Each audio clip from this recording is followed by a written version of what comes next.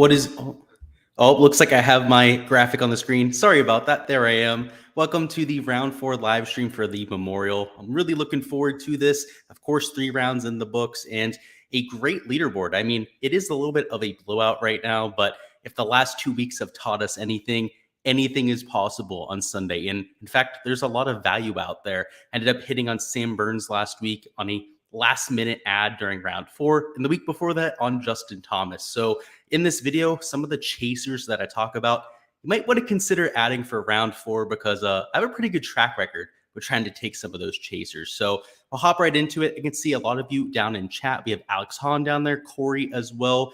You can see they're already saying to smash the like button, which I could not agree with anymore. We also have Steven down there. He says, "What's up, guys? Any big winners today?" And let's go ahead and just start with Showdown today, which I had everyone in my poll except for Billy Horschel that ended up being an optimal play. In fact, of the top 15 fantasy scores, I believe I had 13 of the 15. Now comes for the absolute disaster. This morning, as everyone in my Discord knows, I went to go and upload my lineups in. I was about 30 seconds late. When I went to go and upload, it gave me that error message that says, "Your event has already started," and I don't know if that's happened to anyone else out there, but it's probably the most heartbreaking feeling that you can have in DFS when you don't have your lineups in, you just have that one placeholder, whatever it may be. And that's what happened to me today. I had a 49 lineup train of the same lineup in the $5 GPP. And let's just say it didn't cash. I had Rahm in it. I had Jordan Spieth in it. So I felt good about Rahm and Spieth early on, but of course they kind of faltered towards the end.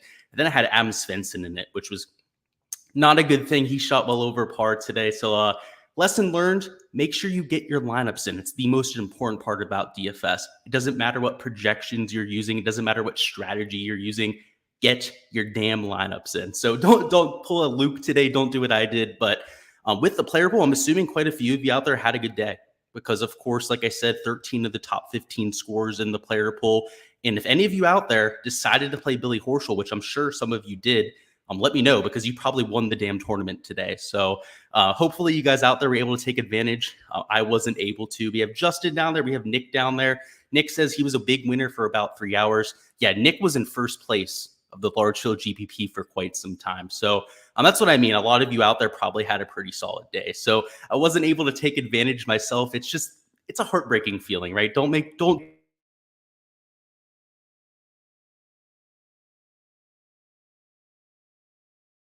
cool there real quick. It got unplugged there.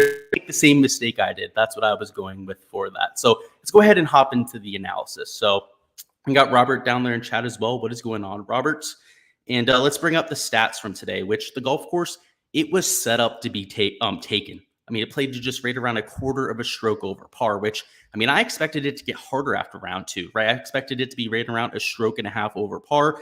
And the field staff, for whatever reason, said, hey, we're going to make Saturday moving day, and not moving day in terms of blowing up, going out there shooting 5-6 over par, moving day in the fact that you can shoot 5 or 6 under par, right? So of course, they went in the opposite direction there. Maybe hole number 14 drivable. Same thing with hole number, was it 3? Yeah, hole number 3, this 392-yard par 3, it played at 300 yards today, 308 yards. So you saw people go for the green today. You didn't see any eagles at that hole, but it was an extremely high birdie rate. You can see 32%.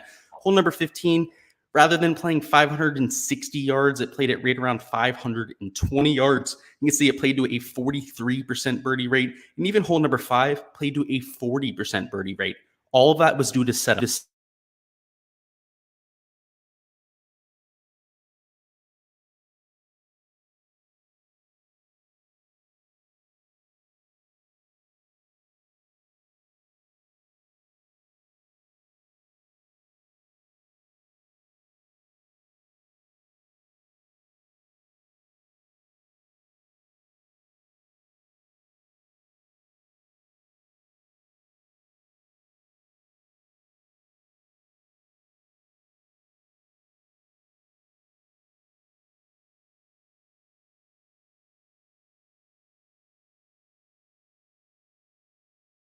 Mic is muted. How long was that out for, guys? Hopefully it wasn't too long. I fixed that. I just saw that. Anytime I plug in my mic, my iTunes comes up. So hopefully it wasn't out for very long there. So Hopefully it's fixed. Someone go ahead and let me know if it is. But essentially what I was going with there is it wasn't a huge split between morning and afternoon. You can see it was right around a half a stroke in the morning, right around an even stroke, right around the afternoon. And that's usually due to quality of player. The guys in the morning are a little bit more engaged than the guys in the afternoon, have a little bit more to play for. And of course, if they go ahead and just bleep out there in the first 30 seconds of their round, shoot something like a double bogey on hole number one, Patrick Rogers at the back of the pack isn't going to go out there and grind very hard. Whereas Cameron Smith tomorrow goes out there, shoots 2 over par on the first hole. He's going to grind the entire day because if he grinds out, he could still finish in the top 2, or maybe even win the golf tournament, right? So it's just motivation plays a lot into the scoring average between the morning and the afternoon wave there. And in terms of wind conditions, it's going to be very similar to what we saw on Saturday. So wind wasn't really a huge factor today. It was right around 10 miles an hour of sustained winds at the most. Here on Sunday, very similar story. In fact, just 8 miles an hour at a max in terms of sustained stuff. In terms of wind gusts, a little bit more towards the morning. There's 12 to 20 miles an hour here towards an 8, 9 a.m., which is certainly a little bit higher than what we saw here on Saturday. It was there at 8 a.m., but again, it was just 20 miles an hour there for right around an hour, hour and a half. It's not going to make a huge impact on scoring. So not anything I'm really looking into there. In terms of an AM versus PM split, I expect it to play very similar to today, where in the morning, it might be slightly easier conditions, but we are going to see a higher scoring average just based on motivation, and particularly on Sunday. I mean, the guys that are teeing off early, let's go ahead and just take a look at the list, right? If we sort this by score and scroll down to the guys that actually made the cut, you can see +7, +6, +6. They're 20 shots behind the lead. They don't have nothing to play for. I mean, obviously, they're going to be playing for form, playing for pride, all that sort of fun stuff. But at the same time, they're not going to be grinding out par in every single hole, especially like the guys here at +8, Cameron Davis, Ryan Moore. So you'll see that a lot of these players are just going to be exited out of my player pool. There's a few of them that I am taking stabs on, particularly the more volatile players, guys that maybe have something to play for that are close to the 125, 130 on the list. It's something that we'll pay attention a lot more to here in like a month from now. We're starting to get close to the playoffs. Playoff motivation becomes a huge factor in what I'm looking at for some of these value picks. But even right now, right, we're starting to get towards the latter half of the season. Some of the guys that aren't up there in that top 125 got to get this thing working, right? They're going to be grinding out there. And even if they're in the top 125 as of right now, they're going to be hoping to hold that position. So we'll talk about some of those plays when we go through the player pool. So sorry about all the technical difficulties there. Like I said, this mic is giving me a lot of issues, so I'm going to replace it here in the next month.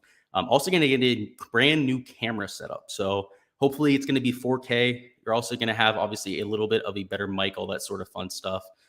So we'll be upgrading the setup here soon. That's for sure. Oh, my cat's over there. Hopefully you can't hear that. She's scratching the rug right now. But let's talk about this player pool. So you got Rory Mcelroy at the top. He's obviously at -4. He's 9 shots off the lead. I'm going to be going to guys that are chasing. So I think the best way to go ahead and just show you the player pool is to sort this by score. So we're going to sort it by score, put it in ascending order, just to look at the top of the actual leaderboard as of right now. And you'll see that a lot of them at the top, I'm straight avoiding. And much like the strategy we used for Saturday, where I avoided the guys that have the solid round on Saturday, we're pretty much doing the same thing on Sunday, but even more so considering, I mean, look at the ownership on these guys. They're going to be starting with more placement points than the rest of the field. But time and time again, when it comes to Sunday Showdown, fading the guys up top works. And just let me go through the thought process. So the reason why these guys up top are super mega chalk is because of placement points. When you start your round tomorrow, if you're new to Sunday Showdown, you're going to be starting with points. It's the only format in Golf DFS where this happens. The winner will start with, I always forget. I think it's 12 or 13 placement points there for first place. Second place is 8 fantasy points, I believe, and so on and so forth towards the guys that are like in 50th and 60th place that are getting right around half a fantasy point. So when you start your lineups tomorrow, you're going to see that effect in your lineups. And because you start with 13 points for first place, the guy that's in first place every Sunday is incredibly chalky. I mean, you can see I have Billy Horschel at right around 50% owned. Cameron Smith, who's just in second place, again, he's a whole 5 shots behind first place, is nearly 40% owned.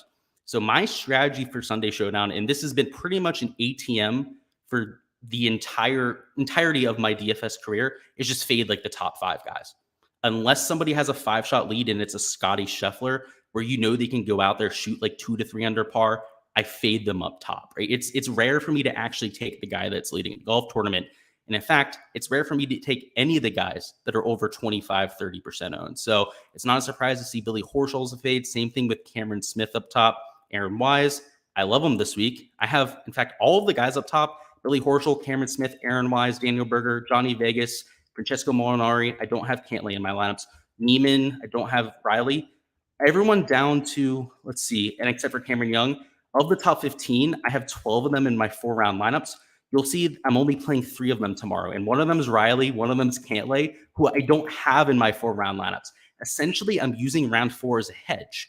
Tomorrow, if the guys that I have in my 4-round lineups, which are all the guys I have as a no or down as a blank, go off tomorrow, so be it. My 4-round lineups are going to be great. I might win a GPP tomorrow.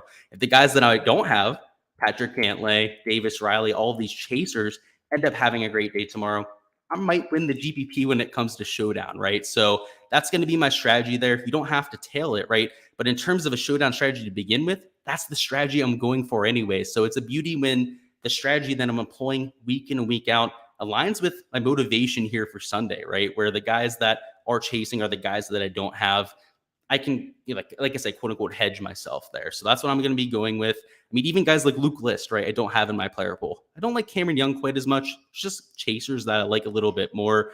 That's essentially the thought process up top here. So the reason why I'm playing Patrick Cantlay is the reason why we played him today in Showdown. And of course, with the eagle, he made all of the birdies on his card. He was one of the optimal plays, or at least close to an optimal play in the large field GPPs, is because the ball striking has always been there. The putting finally turned around. And it shouldn't be a surprise at Jack's place. Again, he's won here twice. He's had so many solid finishes here at Muirfield Village. Why not go back to him again? If he found the putter and he's striking the ball well, like he has for the last 2 months, that hasn't been the problem. The problem's been the damn putter, which makes no sense for Patrick Cantlay. He's losing almost 2/3 of a stroke per round with the putter. If that's back, there's nothing holding him back. So I like him there at -6. If he goes out there tomorrow, shoots 4 or 5 under par, has that ceiling performance, he's finishing in at least the top 3, right? Maybe the top 5. There's a bunch of low rounds out there tomorrow, but I love that upside. He's $9,900. He's one of the few chalky plays I'm getting to. You can see he's there at 23%, but I think he's worthy chalk. He's coming in with all the metrics that we're looking for. He's in prime position to move up the leaderboard. And right, he's half as owned as Cameron Smith. And in terms of actual optimal rate, I have them right around a 5% difference, where Cameron Smith is a little bit more optimal, of course, right? Starting 2 shots ahead, that is an advantage. Of course, he's also one of my favorite plays this week, so that does give Cameron Smith a little bit of an edge. He's not twice as likely as Patrick Cantlay to succeed. And a lot of times when you're doing one-to-one analysis, it makes it pretty evident which direction you should be going. And that's the way we're going with the guys up top. So let's talk about Davis Riley. He did not have a solid day today. The ball striking was there. He couldn't buy a putt for his life. And if you saw his missed putt on the second hole where he missed a 4.5-foot birdie putt, that pretty much summed up his day. He was putting himself in position and missing putts, which for me was great. I didn't have him in Showdown. I faded him in 4-round stuff. So it was good to see him kind of just hold position, not move up the leaderboard. But the fact that he shot the round he did without his putter is a testament to how good he's hitting the ball, because usually the putter is what carries Davis Riley. He's a pop putter, somebody who can get extremely hot in a hurry. So at $8,800, he's a chaser that I'm certainly adding to my lineups. Just a few of the fades to go over them. Joaquin Neiman, he's a fade, even though he is a chaser. He's only right around 20% owned because he gained a ton of strokes with his putting today. His approach play was hardly a positive. I believe he lost strokes. He was just a positive off the tee with his shots gained. He lost strokes to the field with his approach play. That's not really sustainable round to round. I don't expect Joaquin Neiman to gain 3 strokes to the field again tomorrow, that kind of thing. That's how he shot the round that he did. So that's why he's a fade there. Francesco Molinari, we played him today, right? He was that one piece of chalk and Showdown that I went to, ended up paying off. I'm not going to ride it twice. He's had 2 ceiling rounds in a row. The odds of him doing that 3 times in a row aren't very likely. So that's why he'll be a fade there. We have Daniel Berger. He's a fade. Of course, he had that ceiling round for us today in Showdown. Like I said, the reason why we faded a lot of the guys we did in the second round, for round 3 Showdown that played well in round 2, is the same reason I'm fading guys like Daniel Berger, right? It's not very likely for them to go out there and repeat that performance. And you're talking about 23, maybe even 30% owned Daniel Berger here for round 4. Let's talk about a few of the guys here that are chasers for sure. So again, you get the point with all the guys up top. It's pretty much the same thought process with all those fades. We talked about Davis Riley. We talked about those guys. Luke List, I don't hate. I just don't like his putting stats. He's had a ceiling performance with the putter thus far this week through 2 rounds. He'd gained over 2 strokes to the field with the flat stick, which is an aberration for List. He's not going to do that all that often. But at $7,500, I mean, I don't hate the play, I just don't love it. So I'm personally going to be off it. The ball striking is going to be there. He's going to be setting up opportunities at the very least. So perhaps in cash, he's a little bit of a good look there. He's a little bit immune to pressure for that reason. Just in large field GPPs, I won't be there. Cameron Young, same reasoning there. He just, he had that solid first round. He does that. He's a candidate for first round later pretty much every time he tees it up. But time and time again, he just kind of plays average golf the rest of the time, right? Shoots 1 over par, 2 under par like he has to this point. And it wouldn't surprise me if here on Sunday he shoots something like 1 under par, finishes in the top 10. Next week, when we look at the box score, we're like, oh, wow, Cameron Young continued his stretch of solid golf. Really, it's just a solid 1 round from Cameron Young every single week. And, I've looked at all the box scores the last few weeks. It's been the exact same story.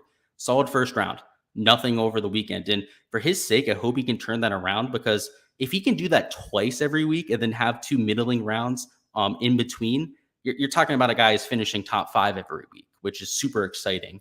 But I think he's being a little bit overhyped because people just look at the box scores. They look at the finishes for Cameron Young. They think he's an absolute world beater, but he's a little bit of a popper. He just shows up from time to time. And outside that, sometimes he puts up these mediocre performances. Seife Theegala had a ceiling performance. I'm off him because he'll start to get that ownership. He was royally under-owned today. Tomorrow he'll be royally over-owned because of the performance they saw. So no reason to get back there. I do like Matthew NeSmith, though. NeSmith, a great ball striker. He qualified for the U.S. Open a few weeks ago. He's made at least, let's just check it. Let's not even guess at this point how many made cuts he's had in a row, because it's been a significant number. Let's see. Matthew NeSmith. He was relatively cheap to start the week. That's right. I'm blind. I definitely passed him. Let's see. Where's Mr. NeSmith? Wish there was an easier way to do this. There is.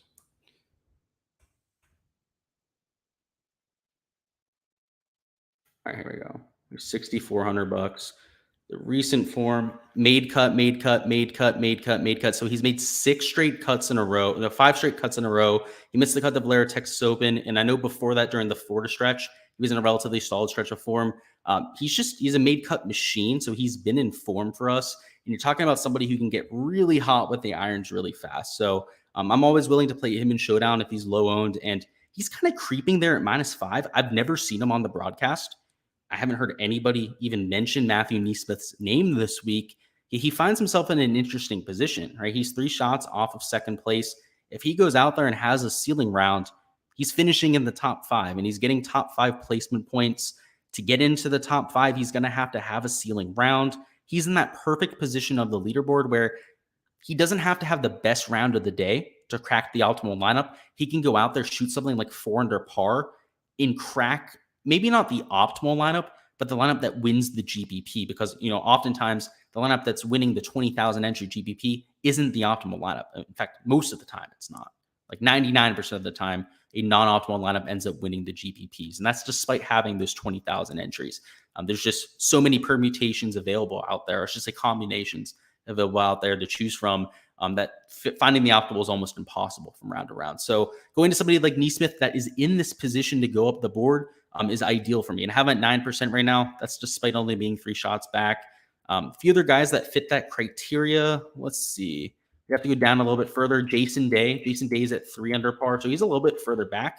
If he goes out there tomorrow, shoots 4 to 5 under par, and it gets to that 7 under par range, that would still at least be a top 10 finish, if not close to like a 6th or a 7th place finish, right? Because it's going to play over par tomorrow, especially with these Sunday pin locations, which I'm actually going to go ahead and bring those up for you right now. So I'll go ahead and do that. Then we'll hop over to those. They're insanely difficult. They're difficult enough where I need to show them to you, because that's another reason why the scoring average is going to climb up. So let me go ahead and share my screen here. We'll hop over to Safari, so I can show these to you. Alrighty, here we go. So these are the pin locations for Sunday, and they're absolutely ridiculous. So every single pin location is tucked except for number 7 right here, and number 11 isn't really tucked. But hole number 1 in the back left over a bunker, that's gonna suck for these players. Hole number 2 right over the bunker on the right side, that's a hard pin location. Hole number 3, it's towards the water, tucked towards the right side. Same thing for 4. 5, it's as tucked can be. You can see they actually use the diagonal vector right here to give you an accurate description of just how well tucked it is. Hole 6, tucked towards the water. Hole 7, like I said, one of the easy hole locations. Back left for hole 8, just across the board, right? We're not going to go through every single hole here. They're completely changing up this golf course from round to round. And I thought they were going to make it really difficult here for round 3. And Jack Nicklaus, the one thing he kept saying on broadcast for the round 3, and he also said it today, is this golf course can change identity overnight. And it would not surprise me to see this thing just play incredibly difficult. So I just wanted to show you guys this. I mean, look at hole 16. Hole 16 is one of the most difficult holes on the PGA Tour schedule. It's a par 3. It's 200 yards. It's over water. The green before 2020 and the renovation was among the most firm in PGA Tour history. I mean, it was almost impossible to hit this green. A tucked pin location on that hole is impossible. And what's hole 12? Hole 12 is another difficult hole. It's tucked over there to the right over the bunker. I mean, they are not sparing these players tomorrow. It is going to be a much more difficult course here for Sunday, that's for sure. So let's talk through some of the other plays on the board that I like. So we were in this range right here. We're talking about some of the value picks. Let's talk about some of the chasers that are a little bit more expensive. So some of the stud tier options that I think can vault themselves up. So first off, I like Rory Mcelroy at 10-7. He's the most expensive player on the slate. I think DraftKings was expecting him to finish well, perhaps be in that top 5 when all things were said and done. But as is only 4 shots of a second place. And much like a Neesmith, right, who's just 1 shot ahead, if he goes out there tomorrow, shoots 5 under par, that's at least in the top 5, if not in the top 3 of this golf tournament. And you could be looking at a ton of fantasy points. In fact, he could be the top scorer on the slate with that type of performance. So I do like him there. He's played solid golf to this point, just hasn't really been able to put everything together in any one round. We've seen him charge up leaderboards on Sunday. Just think of the Masters. We saw that for round 4 at Augusta National. We've seen it a few other times over the last few months, so I could see that. Will Zalatoris, he loves these fast bent grass greens. He's $9,000, so certainly affordable at that price tag. He's also just lurking 4 shots off of second place. So just like Rory McIlroy, goes out there, has a solid 4th round, could easily be the top scorer on the slate. Let's catch up on chat, see what you guys got down there. I can see all of you guys were letting me know my mic's okay. I really appreciate that. Hef Sterling says, Billy came through big time. Yeah, dude, his round today was incredible. He shot 7 under par 65. I believe no bogeys on the card. I didn't see that coming. I don't think he saw that coming when he woke up today, but we'll have to see how he keeps it together tomorrow. He's certainly a little bit of a neurotic guy. He's a little bit all over the place with some of his mannerisms. Let's see if there's any questions. We got Alex Hahn who says, any interest in P. Reed? For me, I'm not going to play him on Sunday. I wouldn't be completely against the play, but considering the approach play was not sharp, he made some birdies early, but he started to make some bogeys. He rallied towards the end to at least salvage his round. It was ugly because, if Patrick Reed is making a ton of bogeys, he's missing a ton of greens because his short game is second to none, right? When he's missing greens, he's going to get up and down more often than not. So if he's making a bunch of those bogeys, that's not a good sign. So for me, I'm going to be off of him, Alex, but I don't hate the play. Corey says Billy Ho will come back to the field. I think a little bit.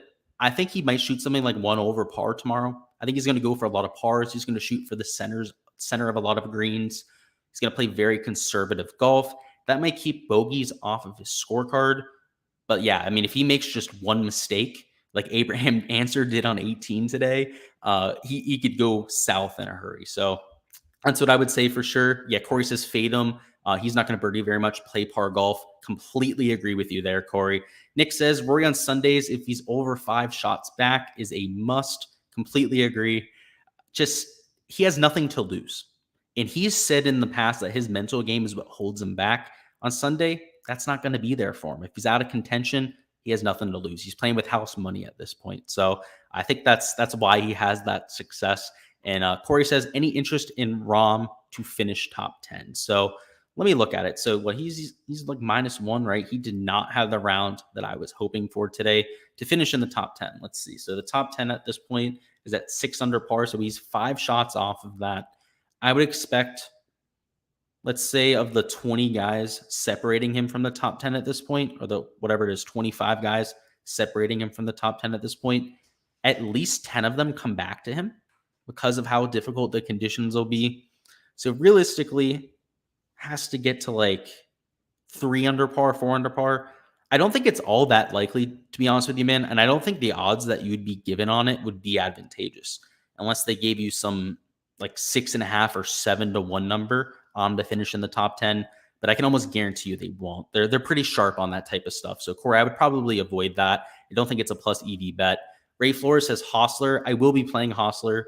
Let's see, where's he at on the board? Yeah, he's here at $6,700. I like the price tag. I've liked it all week. It's got a broken price tag here for sure. Yeah, we'll talk about the skill set though. I do like him here for this golf course.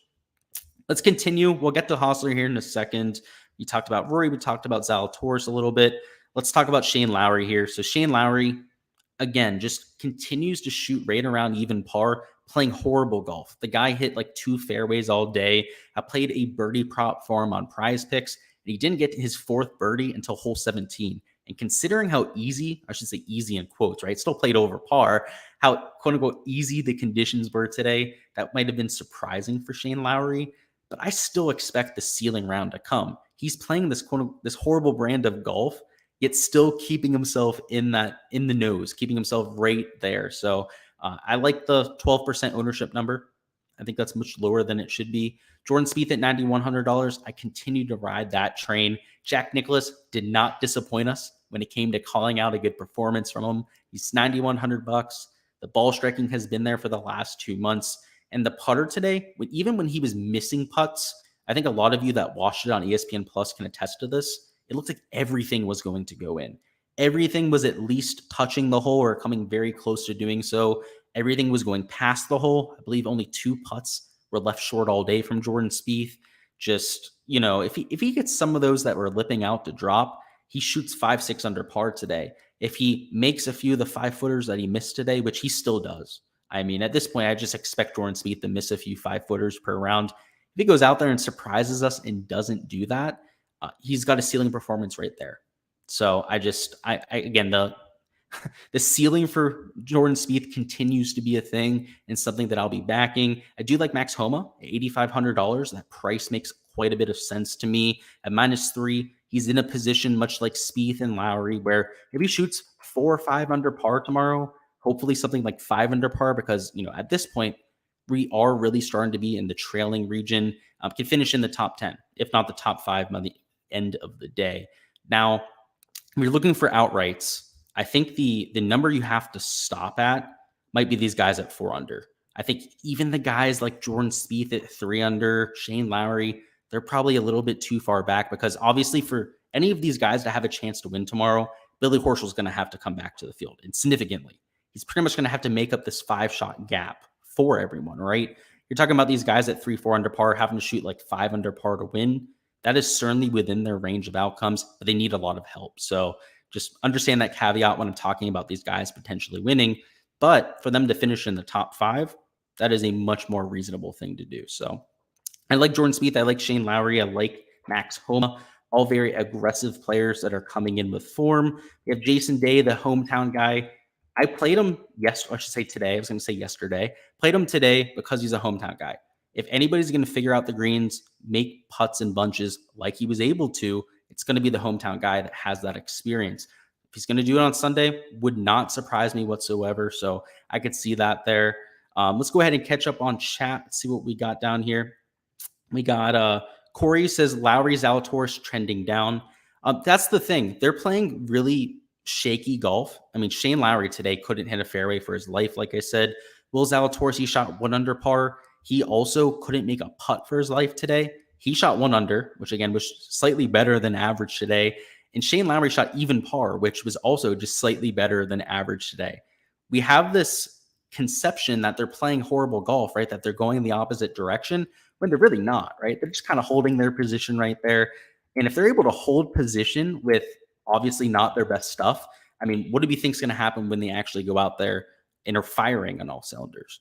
So that's why I'm playing them. So yeah, they're not playing their best golf, but that's why they're lower owned. That's why it's 12.8%. That's why it's what do we got on Shane Lowry? 12%, all right, 12, 13% on both players, as opposed to 40% for Cameron Smith, right? You're paying a huge price tag for that form.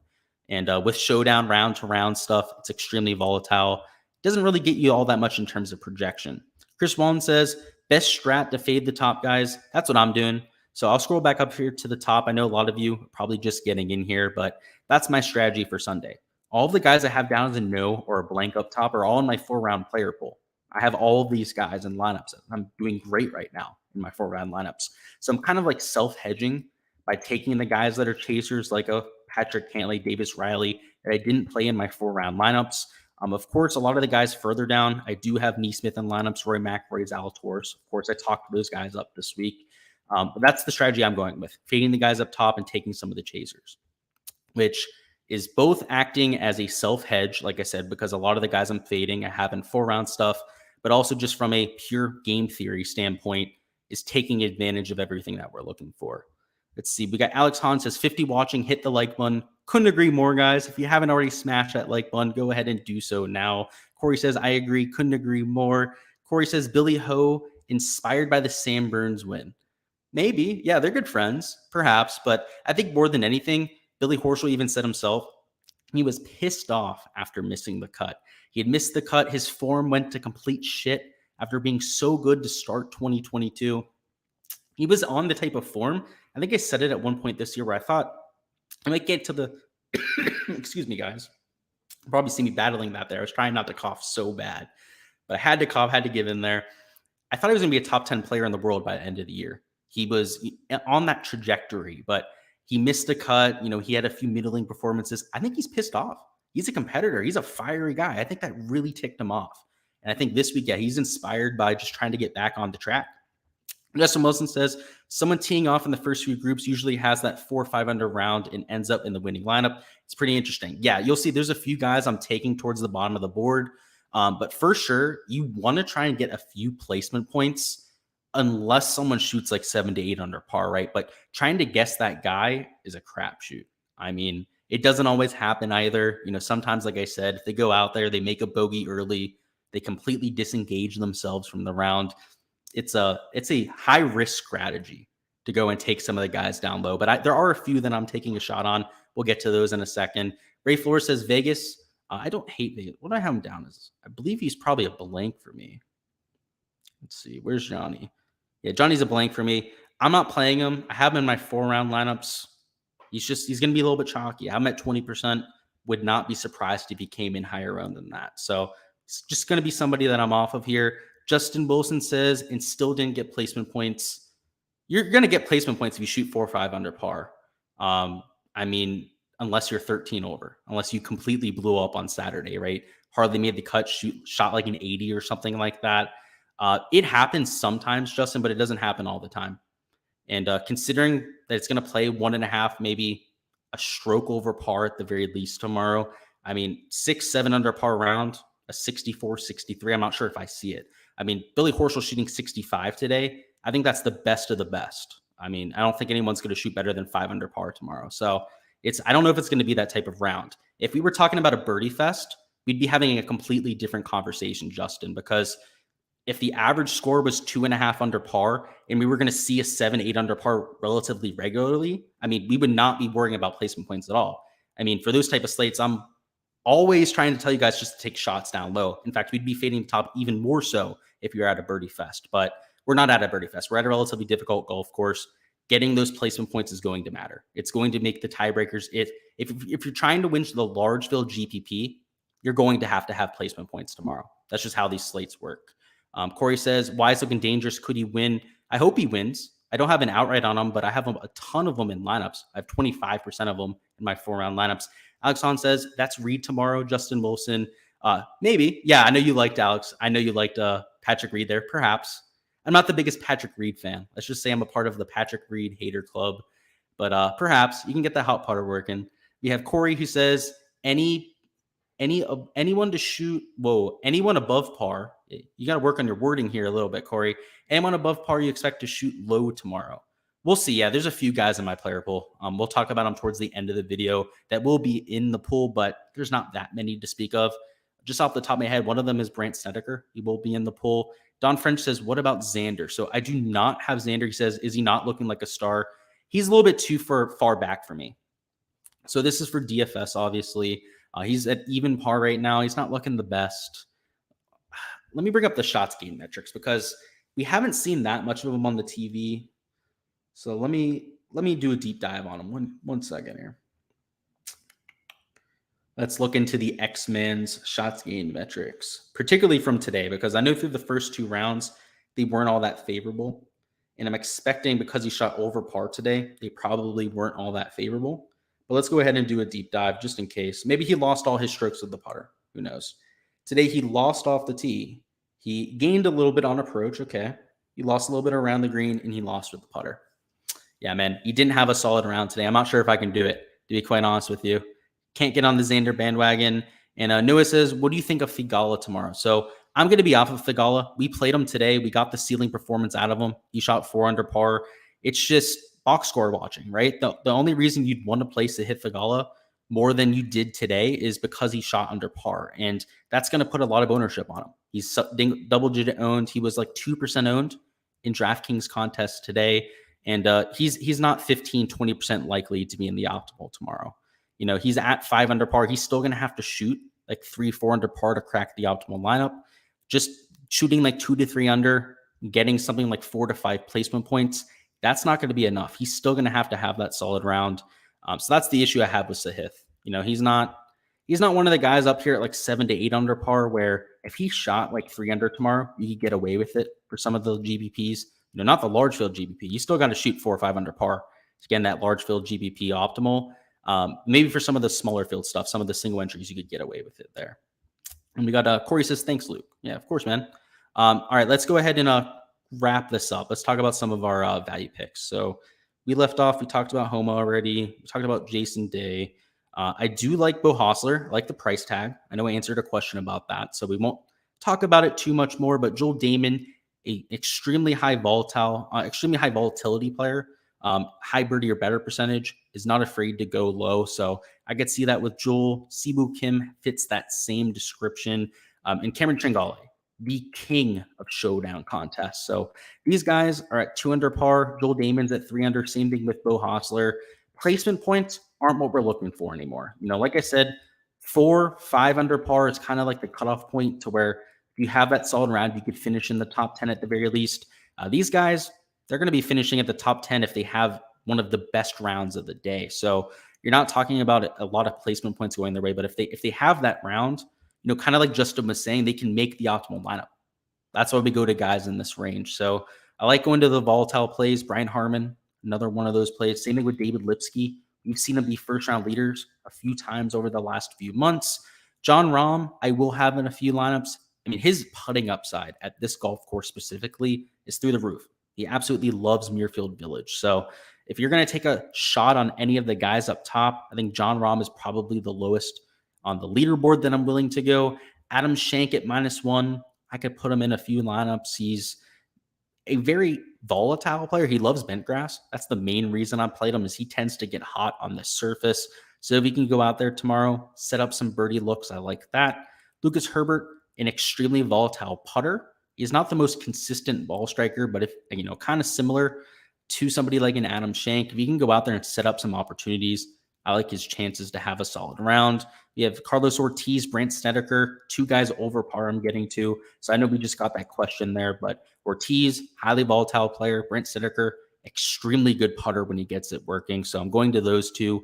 And the lowest guy I'm getting to is Chris Kirk, only because the modeling loves him. I mean, we loved him going into the week. On Friday, he shot 4 under par after shooting 3 over on day 1 to end up making the cut. And today, shot 4 over again. So if the trend continues, right, well over par, well under par, well over par, you know, tomorrow, well under par, right? We'd hope that that would continue. But, you know, jokes aside, that's not why we're playing him, right? It's because of the modeling. Like I said, he loves bent grass, and he's done it before. He has low rounds in him. He's an extremely streaky player when he gets the putter working, it tends to come in a hurry. He goes out there and usually gains 2-3 strokes to the field when he gets that thing working. So I do like him even at $7,700, and he's going to be royally underowned. This 4.5% number on him might even be a little bit high. He might be sub 2% owned when it's all said and done tomorrow. Let's go ahead and catch up on chat, and then we'll hop on out of here and see what we got. We got Corey says, is Berger back? I think so. Going into the week, we took a shot on him as a sleeper pick, hoping that the back was okay. Because he had played at the Charles Schwab, was willing to play back-to-back weeks, I really thought that was a sign that he was okay. And to this point, that has been the case. So hopefully he can maintain that. But I think that he does. And we got Noah says, makes sense. And Alex says, great job, Luke. So if we have no more questions, I'm going to go ahead and wrap it up. My cat's over here. So you're making a guest appearance. This is one of my cats. She was being annoying the whole time. So figured I'd make her say hi to you guys. This is it's a very chonky cat, if you can't tell. But I appreciate you guys stopping by as per usual. If you guys haven't already hit that like button, as we have said multiple times, please go ahead and smash that. Obviously gets it out to more people, lets me know that you enjoy the content. Also, if you haven't already subscribed, make sure you go ahead and do that too. We're going to be coming out with even more Showdown content in the future for all of the events on the PGA Tour schedule. And we have our Draftkings content, course breakdowns on the channel, prize picks videos dropping for pretty much every slate. So you're not going to want to miss any of that to come. And speaking of prize picks, we will have a video dropping tonight on that front, which today we had a perfect card, went 4-0-1. The power plays I entered went 4-0. A couple of them went 3-0-1 because they had Abraham answer as a push. So pretty epic day, pretty epic week for prize picks so far. Day one was a plus 13 unit day. Day two was a minus 3 unit day, right? You're going to have bad days, but today a plus 22 unit day. So like I said, you can't complain about that sort of thing. So gonna get in the lab, start working on that prize pick stuff here in a second. And I'll see you guys next week for the RBC Canadian Open.